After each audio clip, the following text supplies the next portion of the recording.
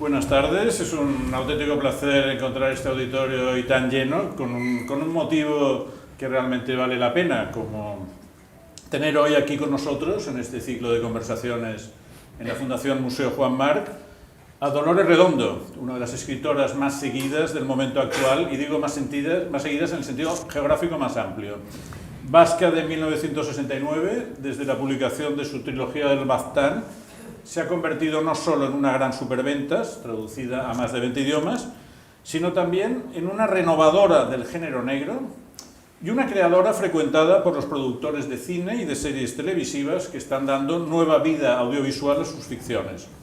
Galardonada con numerosos reconocimientos, el último El Príncipe de Viana del Gobierno Navarro, tiene muy reciente en librerías la novela Esperando el diluvio, que ayer dedicaba a sus lectores mallorquines en una librería de Palma, creo que con auténticas colas.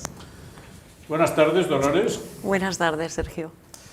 Tú vienes de una familia de marinos, pero has explicado alguna vez que durante bastante tiempo no estabas muy a gusto con el lugar donde habías nacido, con Pasajes, un pueblo en la costa guipuzcoana, situado a pocos kilómetros de San Sebastián, y que fue la literatura lo que te permitió empezar a evadirte de un ambiente con el que no acababas de comulgar. Bueno, buenas tardes a todos. Muchísimas gracias por acompañarme de este modo, con tanto cariño. Un cariño que no he dejado de recibir desde que he llegado a Palma, así que muchísimas gracias. Pues sí, Sergio, yo creo que me justifico pensando que es algo propio de la adolescencia. Porque cuando era pequeña me parecía todo bonito, me parecía todo normal, pero en la adolescencia, cuando empecé a darme cuenta de realidades del lugar donde vivía, que era un lugar de esfuerzo, de trabajo y también de muerte, porque era una zona portuaria en la que, pues, por desgracia, fallecía muchísima gente trabajando, muchos hombres dejaban la vida en el mar y eso, pues, también en accidentes laborales muy importantes en el puerto. No me gustaba porque era triste, no me gustaba porque la gente parecían vivir solo para trabajar, tenían una cultura del trabajo y una especie de honor de los pobres, una cosa muy irlandesa, ¿no? Como muy, esto es lo que somos y así vamos a morir, y me resultaba de verdad muy opresivo cuando era un adolescente. Entonces también leía muchísimo. Siempre dicen que leer hace tu mundo más grande, pero a mí lo que me ocurrió es que hizo uno más grande, pero el real mucho más pequeño. De pronto el lugar donde vivía me pareció diminuto, me pareció inculto, me pareció pobre, me pareció pequeño y me pareció que no podían ocurrir cosas interesantes en un lugar como ese. Solo que estaba profundamente equivocada. Hay que crecer, hay que madurar, hay que salir de casa para volver a apreciar el lugar donde has nacido, apreciar a tu familia, apreciar quién eres y descubrir todas esas cosas que estaban ahí, que eran maravillosas y que forman parte de lo que luego te configura como ser humano, que son, pues, tu familia, tu cultura, tu raíz, los valores que te han enseñado y que me los estaban enseñando con todas esas cosas que en algunos momentos no eran tan agradables de ver, pero que al fin y al cabo me los estaban dando, me los estaban regalando. Bueno, sobre la familia decías que muchos hijos de marinos hemos conocido a nuestros padres ya jubilados. Sí, cierto. Mi padre, como muchos de los padres de mi familia, todos los hombres, pero de mis compañeros de clase, de mis compañeras, pues los hemos conocido cuando se han jubilado. Los que hemos tenido la suerte de que nuestros padres llegasen a la jubilación y no pereciesen en un accidente en el mar. Y te digo que eran muy comunes. Por ponerte un ejemplo, mi padre ha naufragado 3 veces en su larga vida como marino, o sea, que ha estado realmente y ha visto morir a compañeros de trabajo.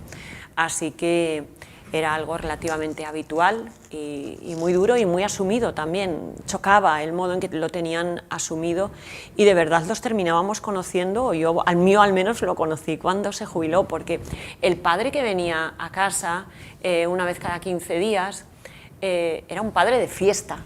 Era un padre, en torno a él se hacía una comida familiar, se juntaba la familia, Los niños no íbamos al cole ese día. En la zona portuaria era normal. Cuando venía tu padre, como normalmente era entre semana, no se iba al colegio. Y era normal, cuando pasaban lista, tú ya avisabas porque te decían, hoy tal no viene porque ha venido su padre de la mar. Y se decía, cuando faltaba una niña, decías, no, es que hoy su papá está en casa y hoy no viene. Y era normal. Igual que era normal hacer la comunión cuando estaba tu padre en casa. Yo hice la comunión con otra niña, solo 2 niños. La mayoría de niños se comulgaban en mayo y yo hice la comunión pues otro día sola cuando estaba mi padre en casa, claro.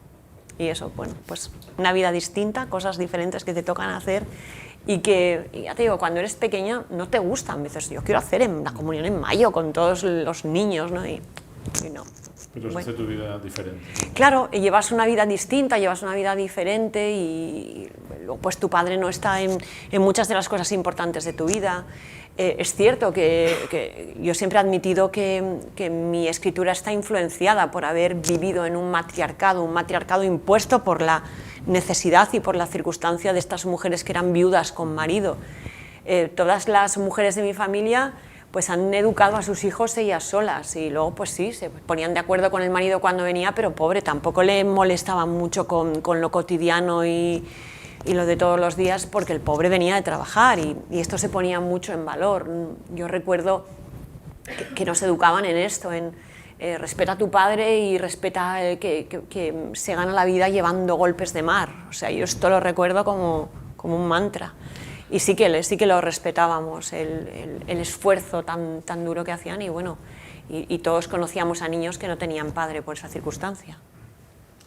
Oye, hablabas del rito en la parte positiva de todo este panorama, hablabas del rito de las comidas y es que tú has sido cocinera y chef antes de ser escritora. ¿Qué te ha aportado esa experiencia? Soy donostiarra, tampoco tiene mucho... No, pero tú no has sido profesional, los donostiarras sí, son pero amateurs, bueno, ¿no? ahora mismo, yo creo que todo el mundo en San Sebastián cocina medio decente. Y es que si no, es como... Y además, si no, te lo imponen, porque luego a dónde vas te dicen, hombre, es de San Sebastián a cocinar, es como... Así que vas aprendiendo. Sí, pero es verdad que hubo un momento que yo creo que hubo una generación que, bueno, todos queríamos ser chefs y bueno, sigue siendo, sabéis que sigue teniendo una de las mejores cocinas, o sea, formaciones culinarias internacionales. Ahora ya internacional y viene gente de todo el mundo a formarse con algunos de los que fueron mis maestros. Hace poco pude ver a Arzac en su restaurante. Y yo decía, me acuerdo cuando hacía prácticas aquí. ¿Qué te enseñó Arzac? A tener la cocina como la patena.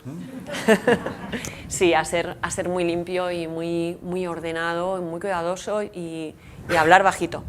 Porque hay cocineros y cocineros. A Arzac le gusta que no se grite en su cocina. Sin embargo, pues te puedo decir que hay otros cocineros que son más de... Chillán. Martín Berasategui, por ejemplo, grita. Sí, él grita. Pero profesionalmente, ¿cuánto tiempo te dedicas tú a este tema? Esto, pues en 7, 8 años. ¿Y qué era lo que más te gustaba guisar? Pues lo que más me gusta es la cocina tradicional vasca, que es una cocina muy purista, de sabores muy puros y sobre todo me gustan los relacionados con el mar. Me gusta mucho toda la partida de pescado y particularmente me gusta la sopa de pescado. Me gusta muchísimo hacer una sopa de pescado que se tarda. Se tarda 3 días. ¿Te sale bien? Sí. ¿Y por qué decides dejar este mundo y pasarte a la escritura? A ver, el deseo de escribir estaba desde niña. La conciencia de que era la hija de un marino, de que éramos 5 hermanos, de que había dificultad para muchas cosas y que había que contribuir en el trabajo, en la familia, en salir adelante en la vida. Y bueno, y que yo, como todos los escritores del mundo, he tenido que escuchar la retórica de vale, búscate un trabajo y luego escribes si quieres, un trabajo con el que te ganes la vida. Y sí que procedo de una familia muy trabajadora que creía en la importancia de tener un trabajo, de desempeñar una labor y luego lo que quieras, pero había que tener un trabajo.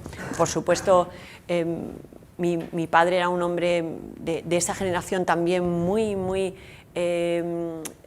concienciado de que era importante darles estudios a sus hijos. Para él era vital que ninguno de sus hijos tuviera que ir a la mar, porque bueno, pues él lo veía como, bueno, no sé por qué lo veía tan mal, que luego lo adoraba, él adoraba hacer ese trabajo. O sea, de hecho, a lo largo de su vida tuvo alguna ocasión de dejar de trabajar en el mar y nunca quiso. Sí, pues yo creo que al final, no sé si conocéis a alguien que trabaje en el mar, pero es un modo de vida de verdad que te roba el corazón, porque vivir en esa comunicación con la naturaleza, en esa libertad, es extraordinario. Y luego, pues no hablemos de los viajes, porque él era, en diferentes momentos de su vida, ha sido marino de distintas clases y ha recorrido el mundo entero.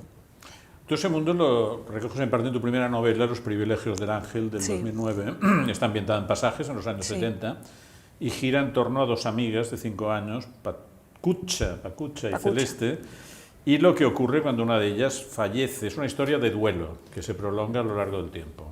El duelo es una constante en mi escritura, porque por desgracia fue una constante en mi vida durante algunos años. Siendo muy pequeña, pues ocurrieron una serie de catastróficas desdichas en mi familia y dieron con la muerte en un periodo muy corto de tiempo de 3 miembros de la familia, muy jóvenes, de estos que dices no toca, que causó, bueno, pues que toda la familia cayese en un dolor, en una depresión terrible, tremenda.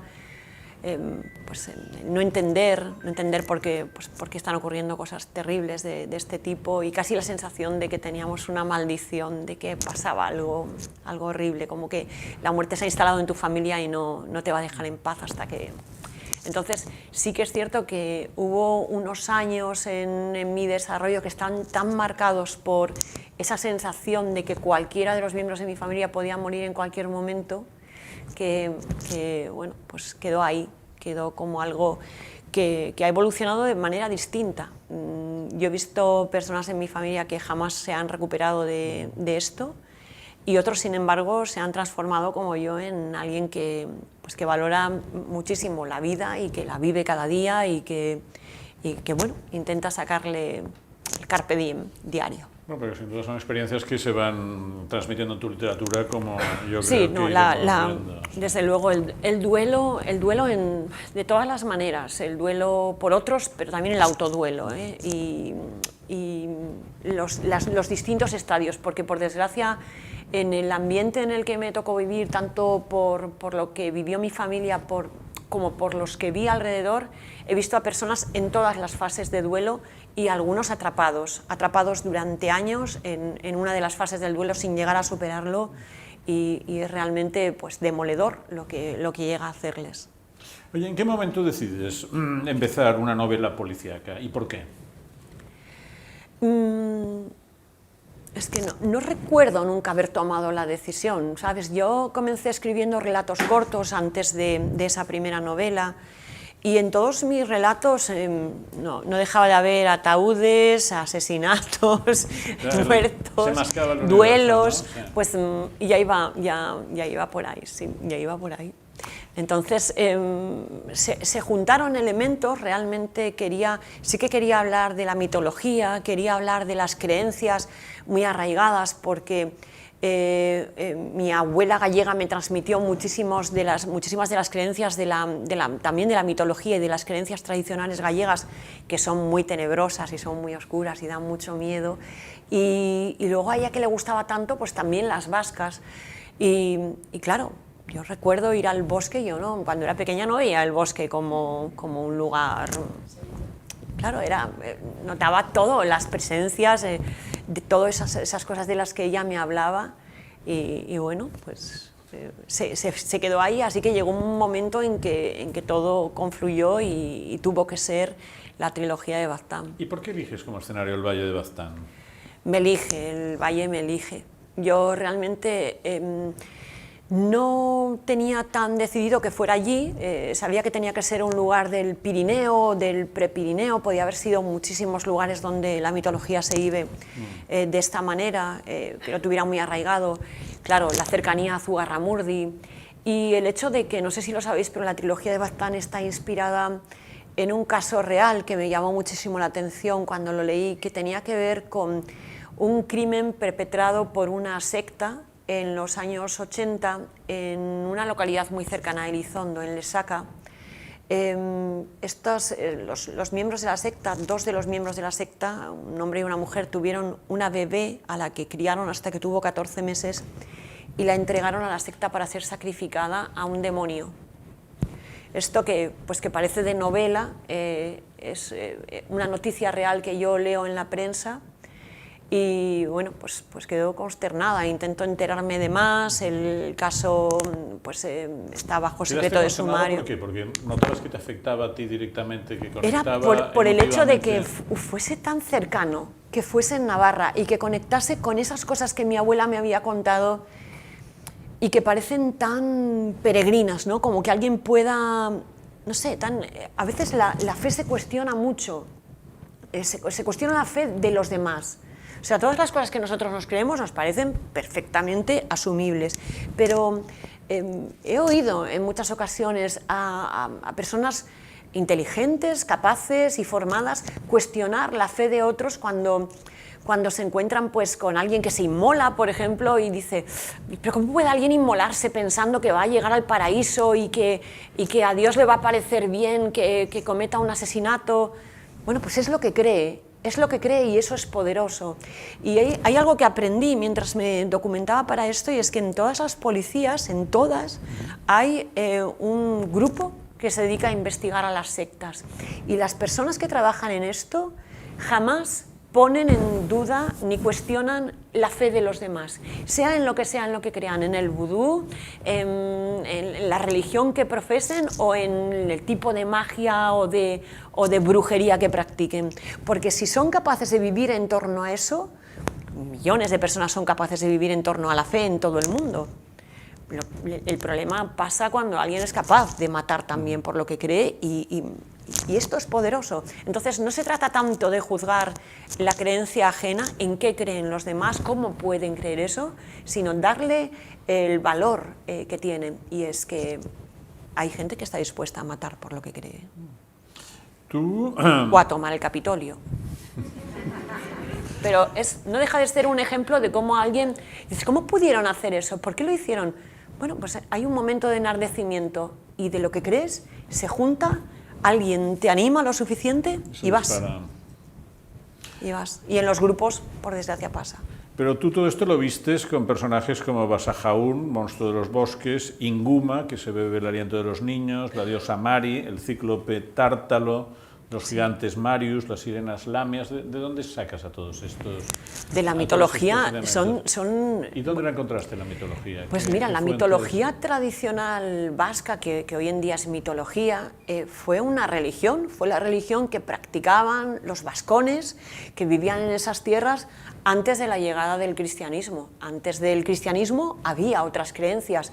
La gente tenía creencias muy pegadas a su vida, y su vida tenía que ver sobre todo con los ciclos naturales de las cosechas, con los partos del ganado y con el propio crecimiento de su familia, porque las familias dependían de tener una esposa sana que no muriese en el parto, de tener niños sanos que superasen la primera infancia, porque en esa época era muy común que los niños no llegaran a cumplir 2 años, por eso ni siquiera se los bautizaba.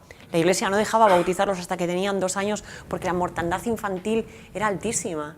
Entonces estamos hablando de un momento del mundo en que la gente estaba muy pegada a la naturaleza, al sol, a la luna, en que en el momento en que anochecía, que en invierno pues es casi todo el tiempo, es de noche porque hay muy poquitas horas de luz, pues todo pasaba a ser parte de los de la noche, como decían ellos. Había unos que eran los del día y luego estaban los de la noche, y todo pasa a una zona de incertidumbre en la que no sabes lo que hay. Y cuando llega la zona de incertidumbre, en la noche de Baztán, en la noche de aquellas personas que vivían en el Prepirineo, pero cuando llega la incertidumbre también a nuestras vidas, todos buscamos fórmulas que nos protejan, explicaciones, y en ocasiones fe y en ocasiones magia.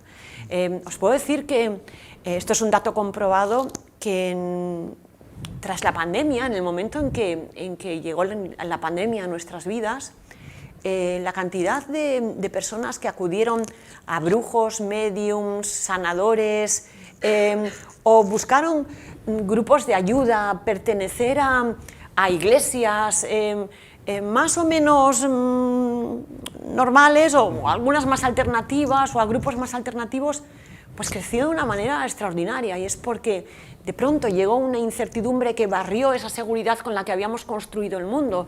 La gente pensaba, bueno, pues esto va a ser así, el año que viene voy de vacaciones, y si en esta Navidad no nos vemos la próxima, pero de pronto eso se paró, no había próxima Navidad, no sé dónde voy a trabajar, qué va a ocurrir, dónde va a estudiar mi hijo, qué...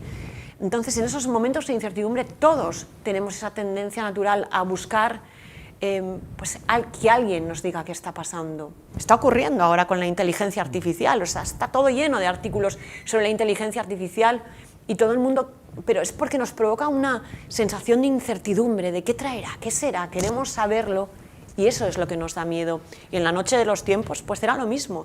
Todo lo que provocaba incertidumbre buscaba fórmulas mágicas que lo arreglasen. Yo siempre pongo el ejemplo de el demonio Inguma. Inguma es una criatura aterradora, un demonio que causa la muerte de cuna. La muerte súbita del lactante es una de las pesadillas de todos los que han sido padres, de todo el que ha tenido un bebé. Es un terror que todavía a día de hoy pues tiene...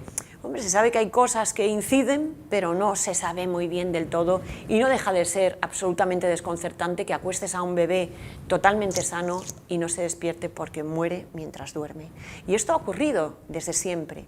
En la antigua Sumeria, las madres ponían sobre la cunita de los bebés una especie de ojo de Ra, mucho antes de que Ra existiese como figura, como dios, pero una especie de ojo concéntrico que ponían sobre la cunita del bebé para librarle de Inguma.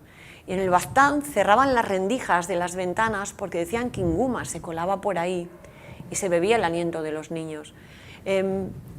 Que ese mismo dolor de aquellas madres sumerias es el de cualquier padre o madre al que un bebé se le muere mientras duerme, y la incertidumbre es la misma, y la manera de protegerse pues ha ido cambiando, pero ha sido muy sorprendente ver que los mitos, aunque reciban diferentes nombres en distintos momentos de la historia, se repiten una y otra vez, porque los temores del ser humano son los mismos desde que el mundo es mundo, y todos nos parecemos más de lo que queremos admitir, y queremos casi lo mismo, y bueno, y tenemos miedo a lo mismo. Todos queremos que nuestros hijos estén sanos, que nuestros padres no olviden cómo nos llamamos, y tener trabajo para llenar la nevera. Al fin y al cabo eso es básico en el mundo entero. ¿Tú has conocido a brujas? Sí, conozco alguna no oficial, y no lo digo de broma, pero conocí a dos hermanas que yo siempre que una falleció ya, pero a la que vive la saludo siempre con mucho cuidado y mucho respeto, porque yo estoy convencida de que es todo un poder fáctico del Baztán, y la saludo con mucho respeto. Y conocí a una oficial que se llamó Marichu de Guler, que fue una vidente natural que vivió durante muchos años en San Sebastián, y era tremendamente respetada porque, bueno, ella desde que era una niña pequeña decía que veía los espíritus de los muertos. Y bueno, vivía en Ulía, en la zona de Ulía, en una villita, y si llegabas hasta su casa caminando, pues ella salía a la verja y dependiendo de cómo tuviera el día, pues a veces te decía, ¿quieres pasar? Y te daba un café con leche, era encantadora, era una señora monísima, con un moñito así, muy mona, y te daba un café con leche y unos bizcochos, y a veces también te echaba las cartas, pero si le apetecía. Y era muy, muy respetada. Heraclio Fournier hizo una baraja de tarot inspirada en las nociones que ella le dio.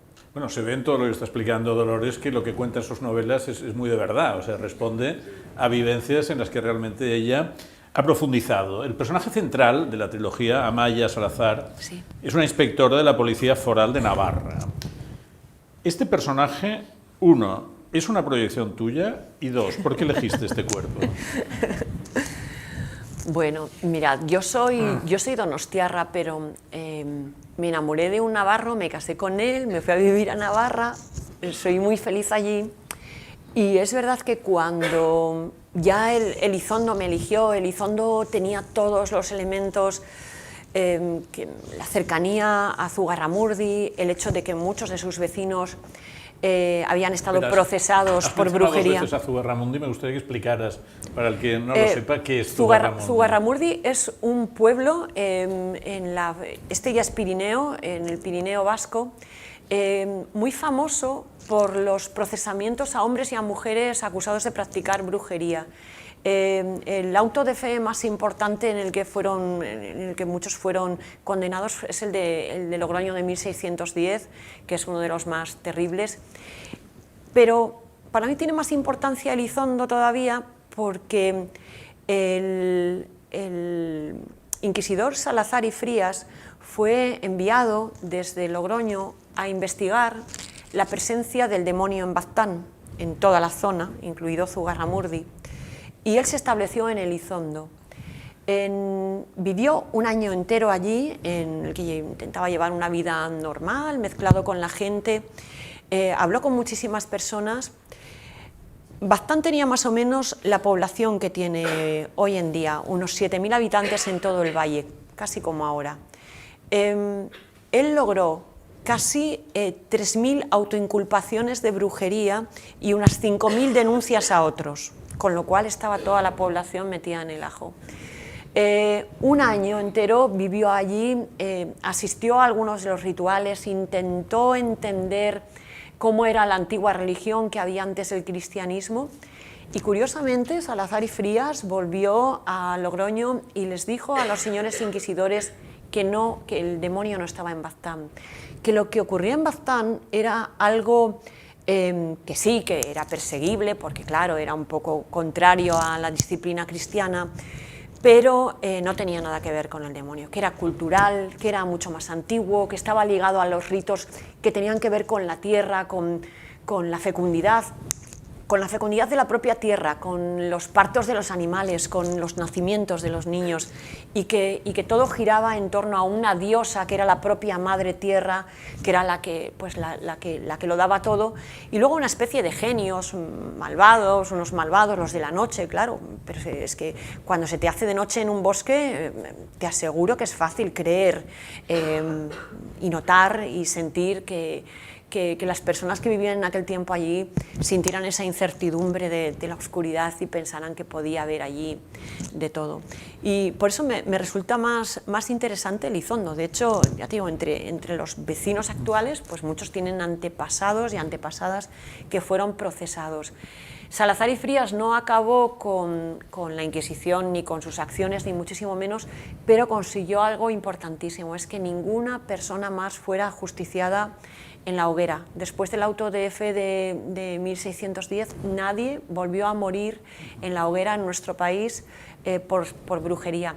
Sí siguieron celebrándose autos de fe, se les ponían los sanbenitos, seguían yendo a prisión, se les seguía torturando, o sea que tampoco salimos ganando mucho, pero bueno, nadie más murió. Y bueno, unas cosas horribles que solían hacer, que era desenterrar a los que habían muerto. Mientras los torturaban, muchos se les morían, pobrecitos, y cuando hacían los autos de fe los desenterraban y quemaban lo que quedaba, sus despojos, sus pobres cadáveres, y a veces ya no quedaba nada y quemaban una efigie de la pobre persona, pero eso lastraba y marcaba de una manera a la familia, que para siempre era la familia del brujo o de la bruja, y en su población lo pasaban muy mal. Entonces, bueno, hubo algún avance con Salazar, que tuvo un gran espíritu investigador para aquellos tiempos, fue todo un señor policía, consiguiendo pruebas e investigando, abriendo una investigación real, y por eso Amaya se llama Salazar. Bueno, ¿qué tiene de ti Amaya Salazar? Amaya tiene de mí algunas cosas, tiene muchas cosas de las mujeres de mi alrededor, de todo ese matriarcado en el que crecí, en el que me crié, todo lo que admiro de ellas. No son mujeres perfectas, Amaya no lo es, nunca quise crear una heroína, la heroína que no cometiera errores, de hecho comete un montón de errores. Hay muchos días que como aquellas mujeres en las que está inspirada tienen que reunir todas sus fuerzas para salir de la cama porque están realmente muy confundidas, no saben por dónde tirar, pero aún así lo hacen, se levantan cada día y luchan. Y esto es a lo que homenajeo a mi madre, a mi tía, a mi abuela, a mis vecinas, a todas esas mujeres que lo hicieron como pudieron, que sacaron su vida adelante, que eran unas luchadoras y que, bueno, pues que la vida no las doblegó, ahí estuvieron ellas aguantando y lo hicieron muy bien dentro de que cometían muchísimos errores, pero me gusta que sea así. Oye, El Guardián Invisible se publica a fines del 2012, o sea, aunque parezca muy lejano, solo han pasado 10 años, acaban de cumplirse. 10 años. Y se convierte muy rápidamente en un éxito. Sí. Millones de ejemplares en todo el mundo, venta de derechos cinematográficos y además en el Baztán rápidamente se crean rutas turísticas. Para ti, pasar de una, digamos, vida normal a esta superproyección tan bestia, porque es un fenómeno realmente muy atípico, no le pasa a todo el mundo, ¿qué te representa? Quizá por la propia forja que había supuesto hasta ese momento mi vida, tengo que decir que intenté que me alterase lo menos posible, cómo era mi vida, que ya me gustaba mucho cómo era entonces, con mis amigos, con mi marido, con mis hijos, con mis padres, con mis hermanos, con mi familia. Intenté que esas cosas no cambiaran. Evidentemente se han producido muchos cambios desde entonces. También soy consciente de que en muchos de ellos no tengo toda la responsabilidad. Mira la sala. ¿Cuántos de los que estáis aquí habéis estado en Elizondo? Lo han hecho ellos. Ellos lo hacen. Fíjate, han estado allí, o sea, yo lo hago cada vez, en cada sala, en Granada, en Cádiz, en Lyon, y siempre hay un grupo nutrido que levanta la mano que han estado allí. Bueno, ayer en la firma había gente que había estado en Elizondo, pero había gente que había estado en Nueva Orleans y habían ido, bueno, esto ya está. Muchos que me decían que habían estado en Ribeira Sacra y otros que iban a ir, que estaban preparando el viaje. A mí me encanta que hagan esto. Tengo que decirte que al principio, cuando empezaron a ir a Baztán, mis amigos que viven allí, que son el de la librería y otra amiga, Bea, me decían, oye, que hay gente aquí que vienen con el libro, ¿y qué hacemos? Y yo decía, pues decirles algo, y ¿qué quieren saber? ¿Cuál es la casa de la tía en Grassi? ¿Que dónde está la comisaría? ¿Que si existen de verdad las mantecadas? ¿Que dónde? Y bueno, digo, pues enseñadles, y eso es lo que hacen. Y de hecho me siguen mandando, pues de seguido, porque pues ahora hay visitas guiadas todos los fines de semana y a veces entre semana también, y en verano pues casi todos los días. Pero no paran en tu casa, imagino. No. Y me suelen mandar fotos de los grupos, y a mí la que más de verdad me llama muchísimo la atención, no deja de maravillarme, es cuando van con toda la lluvia y se van a ver el cementerio, pero es que el cementerio está fuera del pueblo, Sergio, hay que caminar como 2 kilómetros o 3 y van hasta allí a ver una tumba que yo describo en la novela. O sea, a mí esto me fascina absolutamente, que hagan esto. Siempre que lo veo, digo, ay, Dios mío, siento un agradecimiento, siento una cercanía a esas personas, me dan ganas de ir a besar a cada uno y darle las gracias. Decir, pero ¿cómo hacéis esto? Me maravilla, de verdad, que lo hagan. Y bueno, recuerdo, por ejemplo, yo describí una tumba que está en el cementerio de Elizondo. Y claro, la gente iba allí, es muy llamativa porque tiene un ángel, pues un ángel así que está como bastante indolente, así como que todo le da igual, ¿no? Y es muy llamativo. Y la gente llegaba hasta esa tumba, y cuando empezaron a montar la visita guiada, pidieron permiso a los dueños del panteón, pues, para mostrarlo. Y yo decía, a ver qué dice la señora, porque claro, igual esto le molesta. Y la señora dijo, ay no, pues espera que vaya a limpiar, que voy a poner unas flores.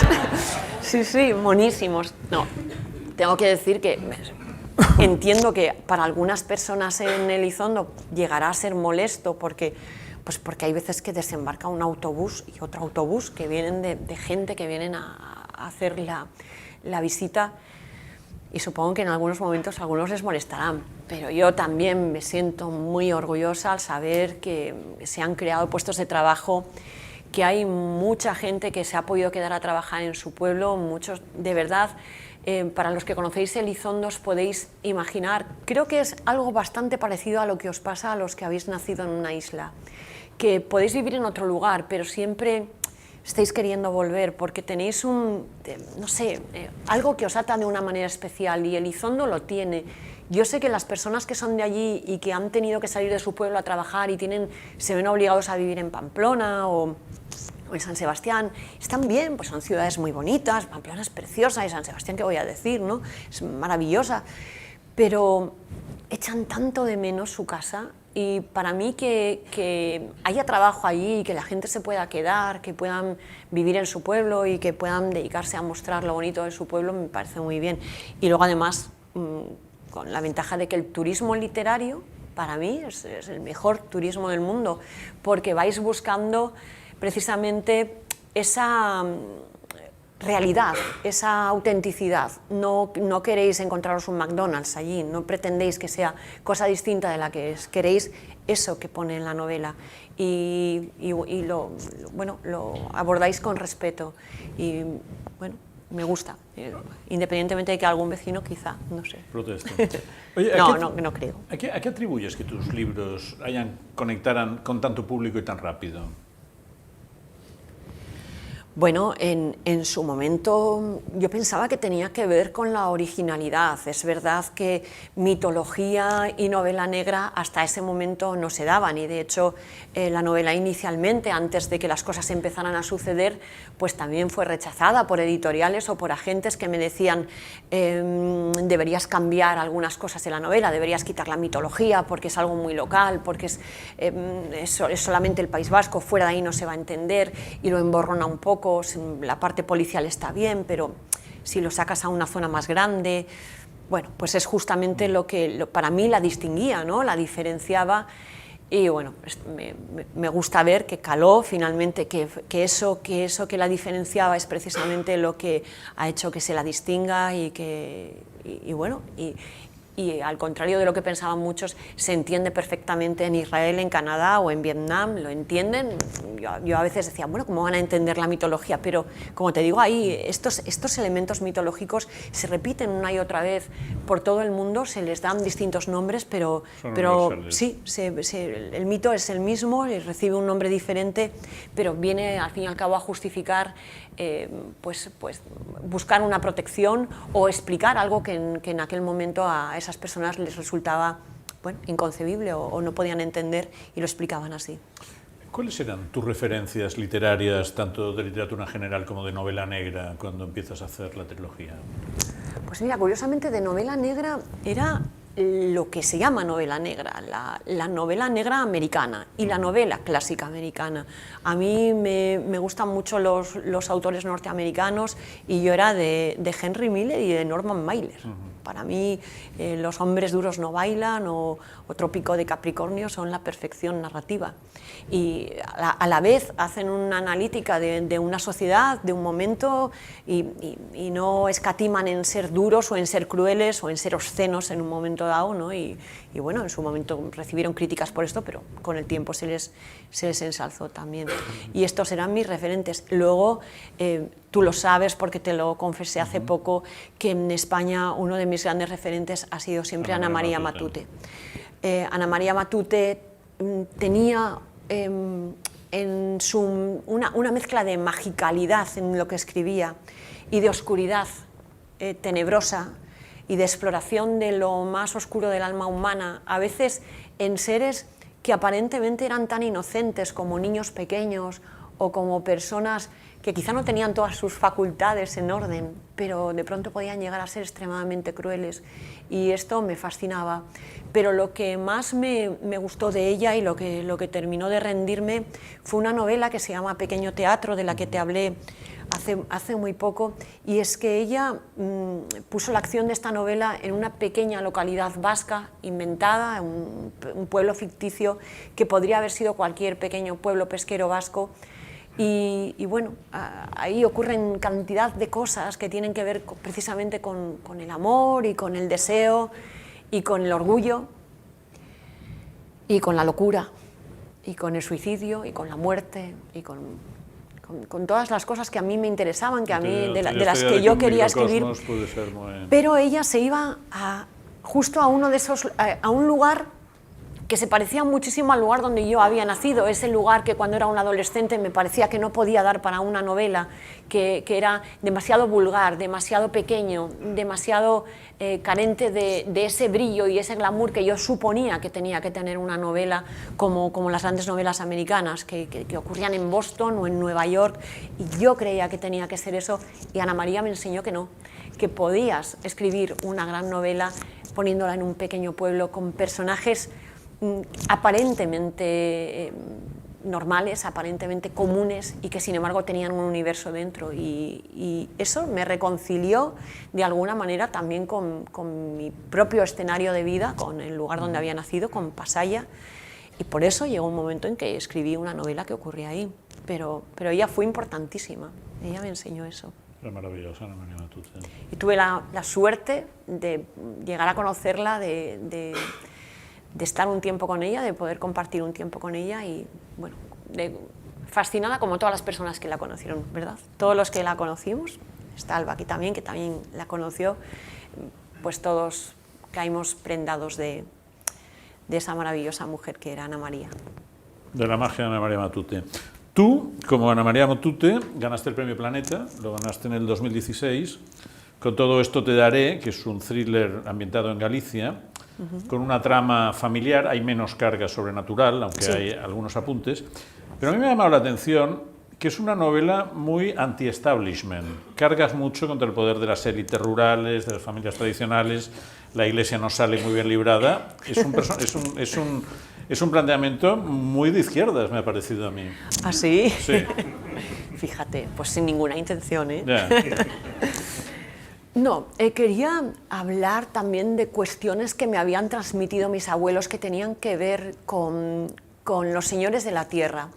Y es verdad que, fíjate, en este momento se está rodando en Francia una adaptación de esta serie, y curiosamente allí hice una defensa de los nobles, porque bueno, pues el periódico que en ese momento me estaba entrevistando me decía, bueno, entonces tú atacas a la nobleza, a los nobles, claro, estos son franceses, imaginando que hicieron ellos con los suyos, ¿no? Pues yo les decía, no, hombre, los nobles hicieron una grandísima labor, sobre todo a la hora de preservar patrimonio, que esto es importantísimo, ¿no? Hay un montón de obras de arte, hay un montón de extraordinarias casas, de lugares que ahora podemos visitar y que están ahí cuidados y sostenidos gracias a que esas familias mantuvieron junto su patrimonio, lo cuidaron, y hoy en día pues les cuesta un dineral mantenerlo, porque además el patrimonio artístico, como no sé si lo sabéis, pero cuesta de verdad una fortuna mantenerlo, y es gracias a muchas de estas familias que en nuestro país la mayoría son familias muy discretas, pero es verdad que ahí quería hablar. Es verdad que son nobles, pero no quería hablar tanto de los nobles en sí mismos como de los terratenientes, de los señores de la tierra, de los que han ejercido su poder y cómo viven. Y quería hablar también de algo que es también algo que se repite en todas mis novelas, que es la familia, la pertenencia a la familia, el peso real de ser quien eres, de ser hijo de quien eres, y cómo es muy difícil librarse de eso. Aunque huyas de tu casa, aunque te vayas, aunque te cambies el nombre, aunque te cases con una persona completamente diferente e inaceptable para tu familia, eres quien eres. Y o te pones en paz con eso, como yo hice, con el lugar donde había nacido y con tus orígenes, o te persigue para siempre, como un muerto viviente, como un fantasma que cada noche te acosa. Y de verdad hay que ponerse en paz con quién eres. Y si te ha tocado tener uno de esos tremendos apellidos, como le toca a uno de los protagonistas de esta novela, pues bueno, tienes que intentar hacerlo lo mejor que puedas, pero eres quien eres y no hay nada de qué avergonzarse. Es un peso que llevarás. Es un peso tremendo. Lo cuento en lo que le supone a Amaya Salazar ser hija de su madre, ser hermana de sus hermanas, pertenecer a esa familia y una huida que ha hecho, ¿no? Y ha huido hasta el punto pues, de ella en la dirección que ha podido. Se ha convertido en una policía que lucha en favor de las víctimas, que defiende, pero no puede evitar ser quien es, ni haber nacido en Elizondo, ni ser la hija del obrador. Y hay que volver y hay que ponerse en paz. Ella durante muchos años está fuera intentando llevar una vida distinta, negando sus orígenes, y es un crimen lo que la obliga a volver, y cuando vuelve se encuentra con que todo eso que había dejado allí la está esperando, y la está esperando con los dientes afilados. ¿Qué es lo que ocurre cuando no te pones en paz con tu pasado, con tu procedencia, con tu familia, con ser quien eres? Y eso no significa que tengas que estar en paz real, haciendo las paces, sino que tienes que admitir quién eres y en qué circunstancia te ha tocado nacer y qué te ha ocurrido, y bueno, y apechugar con eso. En el caso de Álvaro Muñiz de Dávila, él es un noble y le toca heredar un imperio y heredar el control de su familia y un título nobiliario, y le toca, y no lo desea, no lo quiere, pero lo asume porque al final hay un momento en que se tiene que poner en paz con él mismo y con su familia también, y admitir que, bueno, aunque le parezcan muy despreciables y aunque a él lo desprecien muy duramente, no deja de ser quien es. En el caso de Amaya, los orígenes los planteas en una especie de precuela del Valle del Baztán en tu siguiente novela, que yo creo que es una novela realmente extraordinaria, que es La cara norte del corazón. Gracias. Donde te vas a Estados Unidos. La acción transcurre en el año 2005. Amaya había estado en Estados Unidos de joven por una serie de historias que veremos y que cuentas en la propia novela. No voy a destripar, seguro que lo habéis leído todos porque veo que es una audiencia de fieles, pero no voy a destripar ningún final, pero sí que aquí aparecen historias de trauma infantil, de secuestros. ¿Qué representa para ti zambullirte en este lado tan oscuro de la psicología humana? ¿Y cómo te desintoxicas de esto cuando acabas una novela? Si es que te desintoxicas. Sí, lo hago. A ver, fíjate, a esa novela me llevaron las anteriores, me llevaron porque mientras hacía esta exploración en las mitologías del mundo, y yo que ya había establecido que había un momento de la vida de Amaya en la que su formación era en Estados Unidos, claro, me llevó al vudú y me llevó a Nueva Orleans y me llevó al pasado de esa ciudad, y no es una ciudad sobre la que puedas ir de puntillas porque pues es la más europea de las ciudades norteamericanas, que tiene una historia bellísima, plagada de llegadas, y lo más curioso, lo que más me gusta de la ciudad es cómo ha ido recogiendo todas las herencias que le han dejado distintos pobladores, los españoles, los franceses, los haitianos, la parte horrible de la esclavitud, y se han quedado con lo mejor. Y es un lugar que no guarda rencor, es muy curioso, no guarda rencor a nada y está orgulloso de todo. Una de las cosas más llamativas es que en la Catedral de San Luis, en Nueva Orleans, están las banderas de todos los lugares que colonizaron Nueva Orleans, incluida la española, incluida la de Castilla. Está la bandera de Castilla, a mí me llamó muchísimo la atención. Está la bandera de Orleans también, está la bandera francesa, y están todas las banderas puestas dentro de la iglesia. Es que tú la trama de La cara norte del corazón haces una cosa que a mí me parece también muy original, con una originalidad comparable a la de introducir elementos sobrenaturales, la trilogía del Baztán, que es que aquí pones como telón de fondo el huracán Katrina, sí. Con lo cual es una catástrofe natural de un nivel que le da un tono muy épico. O sea, haces una novela policíaca épica, y esto es raro, o sea, no es algo tampoco... Yo no sabía cuándo hablaría del Katrina, sabía que le debía una novela a esa historia, porque cuando ocurrió, cuando el huracán Katrina destruyó Nueva Orleans, yo lo seguí por televisión, como muchísimas personas, no sé si muchos lo recordáis, pero yo lo seguí consternada. A mí Nueva Orleans siempre me había gustado por la música, para mí era la ciudad del jazz, de la música, me encantaba, estaba en mis planes visitarla algún día.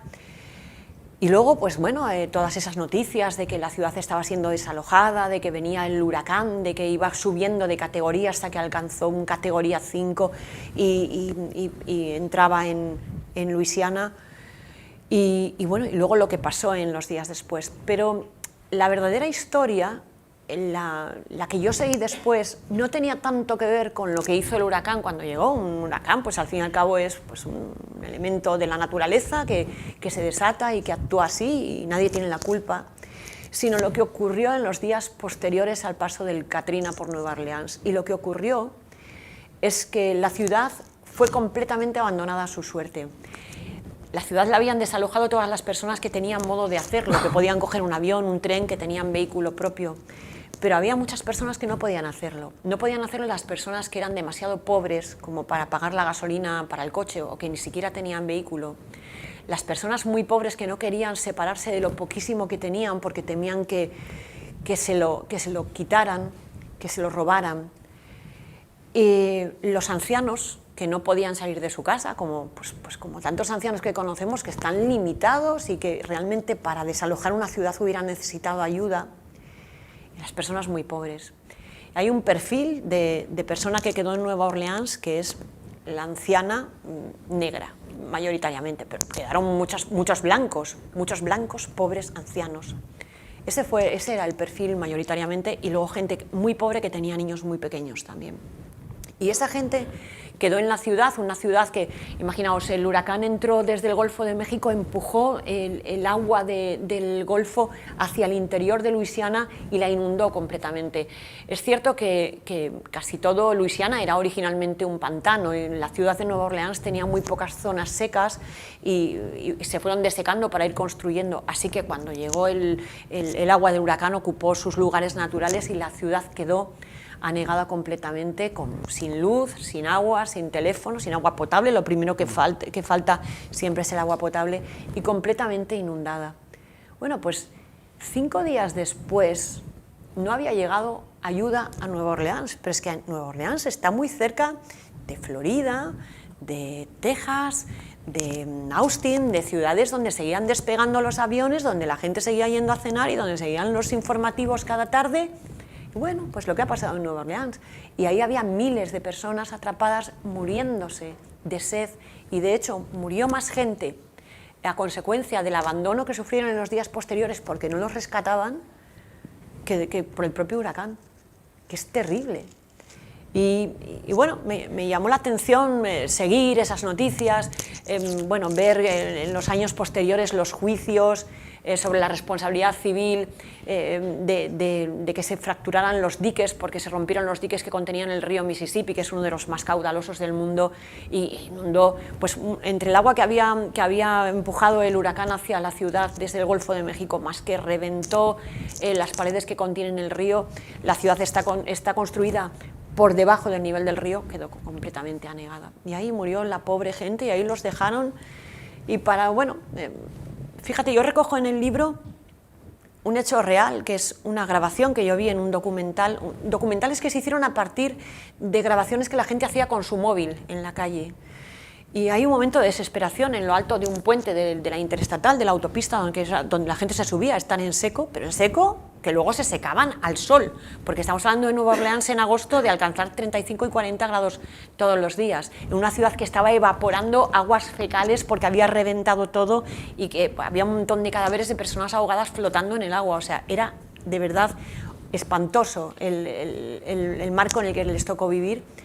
Y hay una grabación en la que alguien dice a cámara, ¿alguien entendería que 5 días después de caer las torres no hubiera llegado la ayuda a Nueva York?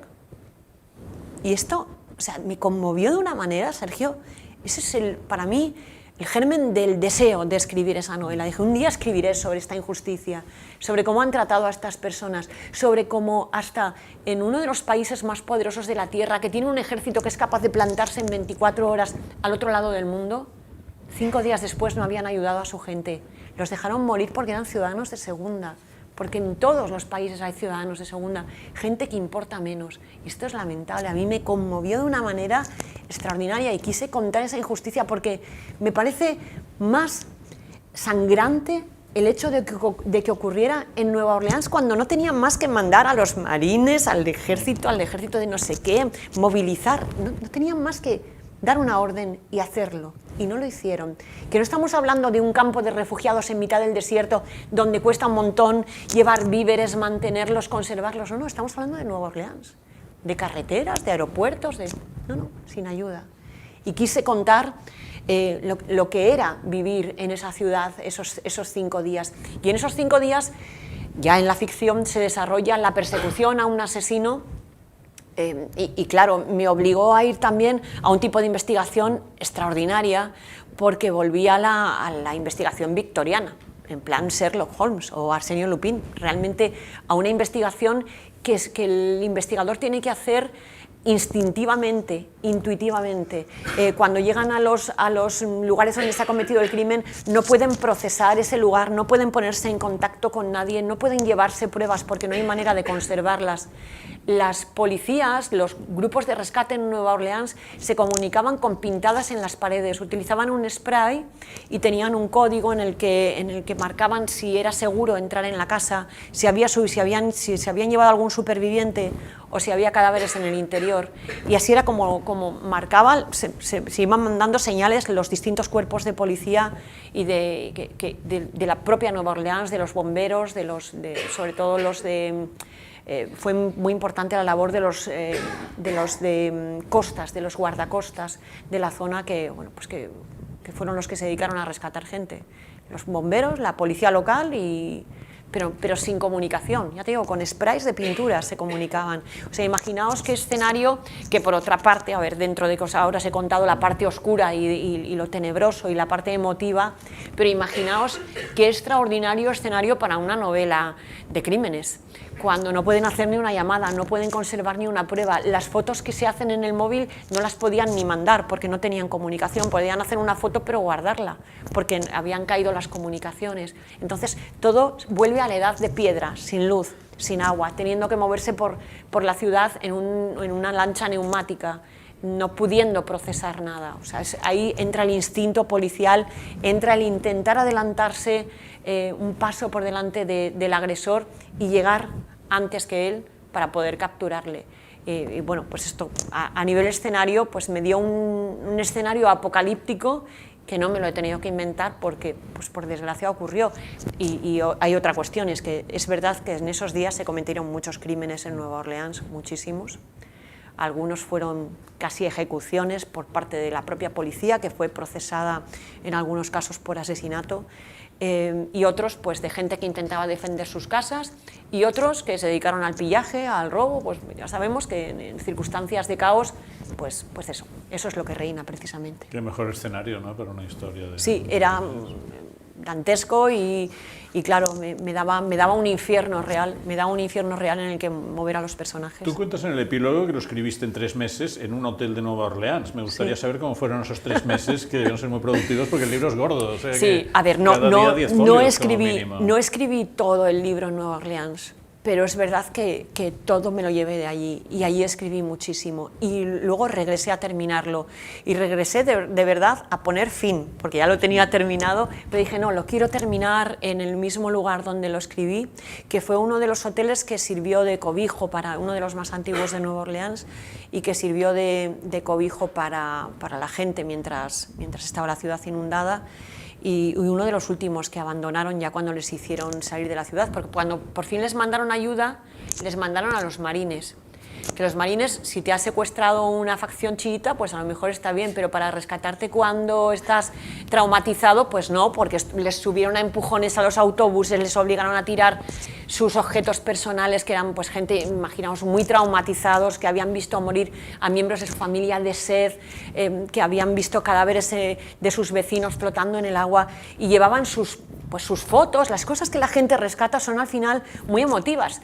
La gente se lleva de los incendios y de las inundaciones sus fotos de boda, sus cartas de amor, y un poco de documentación y un poco de dinero, galletas y agua, eso se llevan. Y que les obligues a tirar eso para subir a un autobús, realmente lo sacaron, se tardó meses en volver a contener el Mississippi y en que les dejaran volver a una ciudad pues que se hablaba hasta de abandonarla definitivamente y que no volviese nadie, pero ellos volvieron. Sí. Oye, en esta novela, como en otras tuyas, pero en esta mucho, Hay mucho detalle sobre los procedimientos de la policía. Hablas mucho de los perfiles psicológicos que hacen, asesinos apostólicos, aniquiladores. Explicas, hay 5 clases de peritos que no pueden faltar en el perfecto tratamiento de la escena de un crimen. Un fotógrafo, un perito planimétrico, yo ni sabía lo que era un perito planimétrico. Realmente es medir las proporciones, porque una foto no da la proporción de lo que hay al lado. No. Entonces, el tamaño de una gota o de sangre, por ejemplo, o la dirección en la que está, o un cabello y dónde aparece, o el tamaño de algo, pues normalmente cuando no tenían con qué, ponían un billete de $1 al lado y sacaban una foto para tener una escala. Especialista de rastros, médico forense, perito químico, ¿quién te ha enseñado todo esto? La policía. ¿La de aquí y la de allí? Sí. No, al final siempre he tenido interés y siempre he sido lectora de todo lo que tenía que ver sobre todo con los crímenes reales. Y sí, escuchando y preguntando. Por eso los agradecimientos de mis novelas ocupan casi media novela. ¿Y por qué? No tanto, pero es verdad que hay que reconocer, además, a los escritores que empiezan, siempre les digo, no tengáis miedo ni de preguntar, ni de documentaros adecuadamente, pero tampoco de agradecer. No tenemos por qué saberlo todo y tu lector no espera que domines absolutamente todo. Es mucho mejor que tengas la honestidad y la humildad de reconocer que te ha ayudado a alguien y que te ha dado, no te ha escrito la novela, solamente te ha dado datos que tú necesitas, y es mejor que intentes hacerlo dentro de que escribes una ficción lo más cercano a la realidad, sobre todo para honrar a los que se dedican a esos trabajos, porque claro, pues muchas veces si no las personas que se dedican a estas cosas se molestan, y da igual si estás amasando un chachingorri que tienes que tener la receta bien o si estás, pues eso, procesando en lugar de un crimen, pues hay que intentar ser fiel. Aunque luego los escritores siempre hacemos nuestras trampas, porque es verdad que en la vida real los procedimientos de una investigación son muy lentos, y en una novela habría que decir, bueno, pues ya después de que mandan todo al laboratorio, pues, y 3 meses después llega por fin el análisis de, claro, imagínate. Entonces en las novelas siempre hacemos alguna trampa para acelerar los tiempos en los que se obtienen pues algo con lo que seguir adelante y que pueda ser creíble para el lector también. Y tú sueles utilizar como personajes asesinos en serie. A mí me da la impresión de que son más propios de la sociedad americana o norteamericana que de la española. No. ¿Es así o no? No, tenemos. Sí. No os riáis que aquí puede haber uno, ¿eh? ¿Y por qué te interesan los asesinos en serie? Me interesa el hecho de la crueldad que supone y de la rareza que supone que quieran matar a alguien sin una causa aparente, sin una motivación aparente, porque no es que lo entienda, como decía Sabina en la canción, pero ahí está el crimen pasional y bueno, pues uno entiende la psicología de la persona cuando se enloquece. Puedes entender a las personas que tienen alteradas sus facultades, puedes entender la furia, la ira, el rencor, la venganza, pero que de pronto alguien diga a ti, porque sí, o por algo que ocurre dentro de su mente y que solo él entiende. Y me fascina sobre todo la labor que tienen que hacer los que los persiguen. Sí. En España tenemos en este momento por lo menos 3 en activo. 3 asesinos en serie sí, en activo. Uno en el Levante español muy activo, que no ha sido capturado. ¿Y cuánta gente ha matado? Pues se le calculan alrededor de 20. Sí. Sí. ¿Y tus personajes positivos, que son policías, por qué son policías? Me refiero, y no investigadores privados. ¿Por qué te interesa el policía profesional? Hombre, pues por respeto, en primer lugar, a las personas que se dedican a eso. Es verdad que en mí hay una admiración hacia las personas que se dedican a esto, porque es duro, porque es difícil, porque supone sacrificios personales, porque trabajan muchísimo, porque realmente cuando están implicados en un caso le echan todas las horas del mundo, porque son un poco como un escritor, que nunca paran, se van a su casa y siguen pensando, y siguen buscando, y siguen dándole vueltas a cuestiones para llegar a resolverlas. La tenacidad me gusta mucho, el hecho de que puedan estar años y años y años tras algo y a veces pues no lleguen a resolverlo y que se quedan bastante frustrados, y otras veces sí. ¿Ya has hablado con muchos para...? Bueno, sí. Con unos, no con tantos, pero sí que conozco. ¿Y con algún asesino? Sí, también, pero yo con los asesinos no quiero saber nada, ¿eh? O sea, yo no soy el tipo de escritor de novela negra que es un poco protagonista de sus novelas. Yo soy escritora, mi amor es la literatura. Me gusta la literatura negra, pero no es la única. Y no descarto escribir otras cosas en otro momento de mi vida. Mi amor es la literatura. Es verdad que hay una fascinación por el crimen, sobre todo pues, por el crimen que no puedo llegar a entender, por esos padres que dañan a sus niños, por los asesinos en serie, por el, no sé, me llama mucho la atención los asesinos subrepticios, los que son muy grises y pasan completamente desapercibidos. Me parece que hay un tipo de violento en nuestra sociedad que todos podemos reconocer, pues cuando lo vemos en los telediarios, decimos, que pues ese es un agresor, es un violento, ¿no? Pero me da más miedo ese vecino del que luego todos dicen, pues siempre saludaba en el portal y era muy majo, nunca lo hubiera pensado, que ese me da miedo. Y sobre ese me gusta escribir, pero no me gusta pegarme demasiado o sea, yo no soy Amaya Salazar, yo no soy policía, yo soy escritora. Utilizo a estas personas para que me den su información, pero aunque me lo han ofrecido alguna vez, hay cosas que simplemente no quiero hacer porque entiendo que no son necesarias, como asistir a una autopsia, por ejemplo. ¿Quieres asistir a una autopsia? No. ¿Quieres asistir a una cata de vinos? Vale, voy. Pero no, hay cosas que me puedo documentar yo misma y otras con ver un vídeo o con que me lo expliques es más que suficiente, no necesito hacerlo. Y desde luego ya con los agresores directamente no, porque pues, realmente pues, son aterradores. Os voy a contar como anécdota que cuando, después de escribir la trilogía de Baztán, como os he dicho, estaba inspirado en el caso de una secta que presuntamente asesinó a una bebé de 14 meses en la localidad navarra de Lesaca en el año 81. La noticia la cubrió Cruz Morcillo, de ABC, y bueno, así fue como me llegó a mí la noticia. Si la queréis buscar en internet, ponéis algo así como la Guardia Civil investiga en Navarra el asesinato de una bebé a manos de una secta. Si ponéis esto, la encontráis, porque está. Y con esa noticia, de ahí parte todo. Cuando yo ya había publicado la trilogía entera y había tenido el honor de conocer a Cruz Morcillo, un día Cruz me llama y me dice, Dolores, se ha puesto en contacto conmigo una persona de la secta. Y yo, ¿y? Y me dice, quiere hablar con las dos porque quiere darnos su versión. Y yo le dije, querida Cruz, tú eres un periodista de sucesos, tú verás si tienes que hablar con esta persona, pero yo no quiero... O sea, no quiero ni saber que estoy en la misma sala que esta persona, no quiero, o sea, me aterroriza. Si tiene algo que contar, que se lo cuente al juez, yo no quiero su versión, es que tiene otra versión y quiere darnos otra versión de otras cosas que ocurrieron. No lo quiero saber, que se lo cuente al juez. Y no. Yo esto lo dejo para los que sois del periodismo, que os podéis adentrar en otros mares que yo no quiero.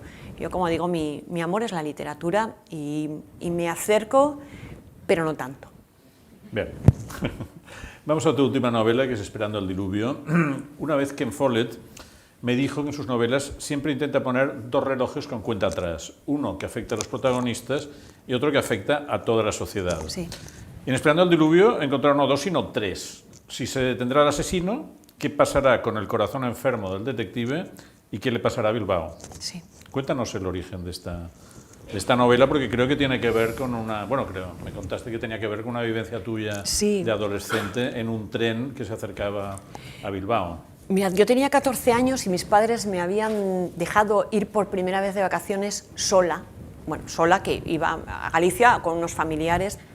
pero eran unos familiares, eran unos tíos míos, los más jóvenes de la familia, y bueno, yo me había pasado un verano de música, de orquestas gallegas, de parranda todas las noches, bueno, venía feliz. Y me metieron en el tren a cargo de unas personas que iban también, que ellos conocían, y dijeron, bueno, pues échale un ojo a la chavala y tal, que va para allá, y bueno, pues llegamos, sé que el tren viajaba toda la noche, y por la mañana el tren subía desde Burgos hacia Bilbao. Y bueno, ya en Burgos había muchas huellas de cómo había pasado algo terrible. Decías, bueno, ¿qué ha ocurrido aquí? Pues estaba todo lleno de barro, estaba todo desolado. Pero bueno, en cuanto entramos en Vizcaya, aquello era pues el fin del mundo. El tren comenzó a ir más lento, más lento, más lento, hasta que se detuvo, y se detuvo porque no había vía. La vía seguía, pero el agua había arrastrado toda la amalgama que hay debajo de las vías, se había llevado la tierra, y había obreros trabajando en las vías con sacos terreros sosteniendo para que aquello no se viniera abajo, pero bueno, el tren no podía pasar de ninguna manera. Nos quedamos ahí detenidos y al estar el tren parado, que estuvo horas parado, la gente comenzó a rumorear qué pasaba, ¿no? Y a hablar con los obreros que estaban en la vía. Y ellos fueron los que dieron la noticia, que había caído pues un diluvio sobre Bilbao y que Bilbao estaba destruido. Hablaban de barcos hundidos en el puerto, de puentes que se habían venido abajo, de grúas que se habían venido abajo, de acerías, porque Bilbao en aquel tiempo, el centro de Bilbao se dedicaba sobre todo a la construcción naval. O sea, ¿sabéis lo que tiene que llover para tirar abajo una acería? Las toneladas que tiene que pesar eso. O sea, estamos hablando de una ciudad titánica, una ciudad que sí que se parecía mucho a aquel Glasgow del que parte la novela, una ciudad decadente en otras cosas. Eran los 80, la presencia de la heroína, la Kale Borroka, ETA, que estaba ahí presente todo el tiempo en la vida de todos, por desgracia, pues todas aquellas cosas que configuraban mi infancia y que estaban allí, y aquel Bilbao que nos decían que había sido destruido.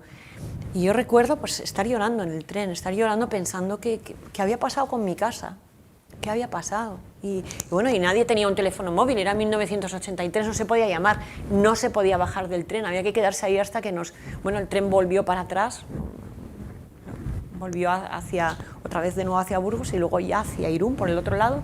Y cuando llegué a mi casa no había pasado nada, había llovido, pero no había pasado nada, porque la gota fría realmente se concentró en 3 puntos muy potentes. Uno, además, curiosamente, era el nacedero de un río, y eso pues lo alimentó muchísimo más, y aquello bajó pues arrastrando todo. Y bueno, puntos muy concretos los arrasó completamente. Y luego esto se ha quedado, aparte de lo que yo viví aquel día, se ha quedado en la memoria colectiva de todos los vascos, estoy segura, porque lo vivimos año tras año en documentales, en las noticias cada año. En el aniversario volvían a decir pues esto y lo otro, y ya no eran solamente los muertos que causó directamente y las pérdidas directas, lo que todo el mundo podía ver, el barro que sí, que se quitó relativamente pronto, sino que pues se perdieron miles de puestos de trabajo. Eran unos momentos en que una gran crisis además inmediatamente llegó a los puertos españoles, a la construcción naval. Quizá algunos podéis recordar la lucha de las navales. Yo, como vivía en un puerto, recuerdo las luchas de los trabajadores de las navales de toda España, pues por sus puestos de trabajo, y cómo se desmantelaron esas navales, y dejó de hacerse barcos. Luego llegó otra gran crisis de la pesca, luego entramos en la Comunidad Económica Europea y para los puertos fue terrible. El puerto de Pasajes literalmente pues dejó de pescar porque había que entrar en la Unión Europea con las condiciones de pesca, y pues yo lo viví en mi casa como una auténtica ruina pues para toda la gente, en mi casa y en la de todos mis vecinos y todos mis amigos. Una ruina de pérdidas de puestos de trabajo. Así que esa imagen de Bilbao, que fue como que lo desencadenó todo, se ha perpetuado en el tiempo, la imagen de aquella desgracia, que luego curiosamente hizo que Bilbao resurgiese de sus cenizas como un ave fénix, que Bilbao ahora es una ciudad increíblemente maravillosa. Vienen alcaldes de todo el mundo con ciudades desastrosas a ver cómo lo hicieron en Bilbao para tratar de transformar sus ciudades, y hoy en día es una ciudad maravillosa que conserva algunas de las cosas, como chiquitear, como cantar por los bares, como cantar por la calle, que me encanta que lo hagan, como acoger también, como seguir cocinando de maravilla.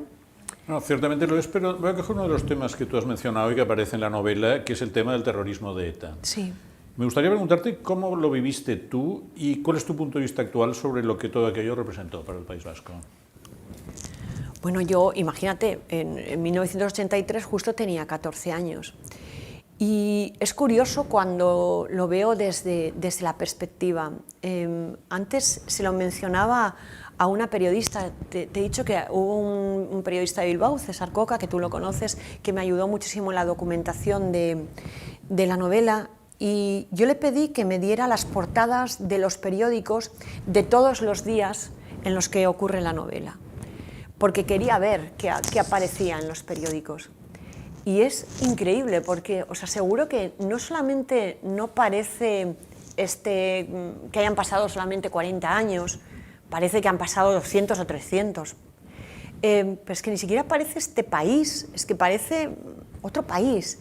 En todos los aspectos vivía nuestra sociedad admitiendo una serie de cosas que ahora nos resultan completamente inadmisibles. Claro, era 1983, acabamos de tener un intento de golpe de Estado, teníamos una democracia que iba todavía dando tumbos, y bueno, pues había unas injerencias políticas desde el gobierno central a las autonomías, una presencia policial constante, que esto sí que lo recuerdo yo recuerdo, claro, vivir con la policía en la calle, pues que a veces cuando veo estas pelis en las que sale Belfast o en las que sale, no sé, cualquier lugar de Irlanda, no digo, pues en Donosti vivíamos así, con la policía así, armados, y tenías que convivir con esa presencia constante, y bueno, pues ahí estaban. Y el modo en que ahora puede parecer llamativo, pero la sociedad entonces lo tenía completamente asumido. En las portadas de aquellos días pues aparecen las protestas de las Madres de Mayo en Argentina, aparece una crisis de la OLP, aparece, no sé, el hijo de un embajador ruso que pidió asilo político a Ronald Reagan, que era entonces el presidente de Estados Unidos, y luego muchas injerencias políticas desde el gobierno central. En Interior estaba Rafael Vera entonces, y bueno, era siempre intentar controlar a las policías. Era el año en el que la Ertzaintza, la Policía Autonómica Vasca, sacó su primera remesa de policías a la calle. Y hablar con ellos ha sido de lo más esclarecedor y muy curioso, porque ellos mismos reconocen, lo que más me ha gustado es cuando me dicen, éramos unos pipiolos. Éramos unos pipiolos que teníamos más intención y más ilusión por ser policías y por salir adelante. No sabíamos hacer nada, no sabían cómo constituirse, cómo ser una policía. Y yo he intentado plasmarlo en un joven policía, que es uno de esos jóvenes policías de la primera remesa, pues eso, que con más intención que talento, pues intenta salir para adelante y está cargado de ideales. Pero son justamente el idealismo que me han transmitido esas personas que fueron los primeros policías. Y ellos estaban convencidos de que la llegada de la Policía Autonómica Vasca iba a hacer que ETA desapareciera, porque ellos creían que en parte la presencia de ETA estaba justificada de algún modo para una parte de la sociedad con la gran injerencia de la policía y el estado policial en el que se vivía en el País Vasco. Y ellos estaban convencidos de que al haber una policía de la zona, con hombres y mujeres vascos, que tratasen con respeto a la población y que no fuesen abusivos y que fuesen pues mucho más cercanos, bueno, pues ETA iba a desaparecer. Y bueno, no les quedaba nada. Pero no desapareció. Que no desapareció en absoluto. ¿Y tú crees que la sociedad vasca, lo que representó el terrorismo, lo ha asumido y lo ha digerido y lo ha purgado, digamos? Mira, Sergio, lo que te puedo decir es que los jóvenes, los millennials, no tienen ni idea de qué era ETA. No tienen ni idea. No saben nada. Han olvidado toda la historia. No sé, yo creo que ni siquiera se les ha enseñado. Porque no sé si es demasiado pronto para enseñar esa historia o no. pero no se les ha enseñado y no saben, no saben lo que es ETA. Hay un pensador norteamericano, el hijo de Susan Sontag, David Reeve, que dice que algunas sociedades necesitan la amnesia para salir adelante. Supongo que en algún momento se necesitó. Mira, yo te puedo decir, a nivel, me dices cómo lo has vivido tú, te puedo decir que, por ejemplo, cuando mi buen amigo Fernando Aramburu publicó Patria, yo no podía leerlo. Tenía un montón de miedo de Patria, porque yo sí que había vivido el terrorismo, afortunadamente no lo he tenido que experimentar cerca, en mi familia o en mi medio, pero sí que lo vivía todos los días, lo vivía en esa presencia constante, estaban ahí todo el tiempo, ponías las noticias y escuchabas la radio por la mañana y siempre un policía, otro policía, un no sé qué, un tiroteo, un robo de armas, esto, lo otro, negociaciones, el gobierno vasco, tal, y era como, pues eso, un clima en el que simplemente la gente estaba acostumbrada a vivir. Y se ve muy bien en esas portadas de los periódicos, que son muy llamativas, porque, por ejemplo, en esos días festivos, en la misma portada aparece un atentado en Laredo, en el que han resultado heridas las dos niñas en una casa cuartel, una de 3 años y otra de 12 años, muy pequeñas. Aparece la foto, bueno, una de las fotos es una muñeca rota, tirada entre los juguetes de las niñas. Otra de la foto es un torero saliendo a hombros de Vistalegre en Bilbao, porque claro, los toros eran el centro de los festejos de aquellos años en todas partes. Y lo otro ¿qué era? Y lo otro era una cosa política, era pues interior, no sé qué, presiona al gobierno vasco, pues, eso era. Y vivíamos con eso y seguramente los que no os tocó vivir en el País Vasco diréis, bueno, ¿cómo podíais vivir así? Pero es que vosotros también vivíais así, vivíais con eso también. Y al final, pues es que no quedaba otra. Y yo sí es verdad que pertenezco a la parte de la sociedad que no estaba, yo no era hija de un policía, ni estaba directamente implicada, pero tampoco era hija de alguien del PNV o de un partido político o de alguien que fuese activamente político. Y bueno, yo te puedo decir que mi madre tenía 2 reglas fundamentales con las que nos ha educado. Lejos de la heroína y lejos de la cale borroca. Era eso, o sea, y los temores de mi madre era, bueno, que no me entere yo que vais a una manifestación. Y las madres se chivaban entre ellas y veían a alguna, ¡uy, el hijo de la Dori!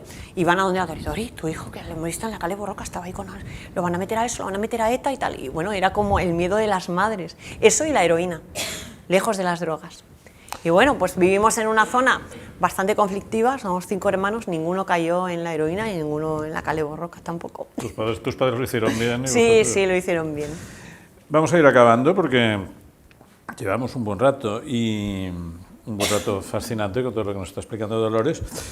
Hay una cosa que me ha llamado mucho la atención, al policía Dupré de La Cara Norte, como a Noah Scott Sheridan, que es un personaje de la última novela, pero que ya había sido mencionado en la novela de Nueva Orleans, les falla el corazón.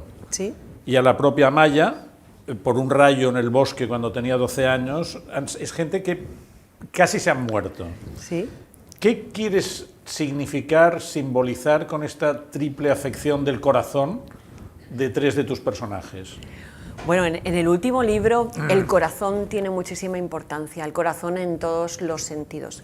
El corazón como medio de transmisión de los pálpitos, de las corazonadas, de eso que en lo que realmente homenajeo a Charles Scott Sherrington, porque no a Scott Sherrington, mi detective, recibe el nombre de este premio Nobel, de este médico, que descubrió una curiosidad de nuestro cerebro, y es que nuestras neuronas se comunican entre ellas y establecen lo que se dio a llamar el pensamiento deductivo. En su momento, el impacto que tuvo el descubrimiento de esto, de que nuestras neuronas se comunicaban de distintas maneras, no igual en todos los seres humanos, que era el pensamiento deductivo, que además se puede entrenar, el impacto que tuvo hizo que los autores de la época, como Sir Arthur Conan Doyle o Agatha Christie, le atribuyeran estas propiedades a sus detectives. Esto es lo que hace Sherlock, cuando pues, ve el vestido mojado, la maleta magenta, la guía de ferrocarriles, y saca una conclusión y dice: el asesino es este. Y claro, tú te quedas fascinado y dices, ¿cómo lo ha hecho? Luego lo explica y cuando lo explica dices, pues tiene toda la lógica. Es verdad que para él se le han construido unos puentes entre sus neuronas que no se nos construyen a la mayoría. Y lo hace Poirot, que incluso llega a decir eso de voy a poner a trabajar mis pequeñas células grises. Que estas células grises están más a grises donde se produce esa comunicación neuronal.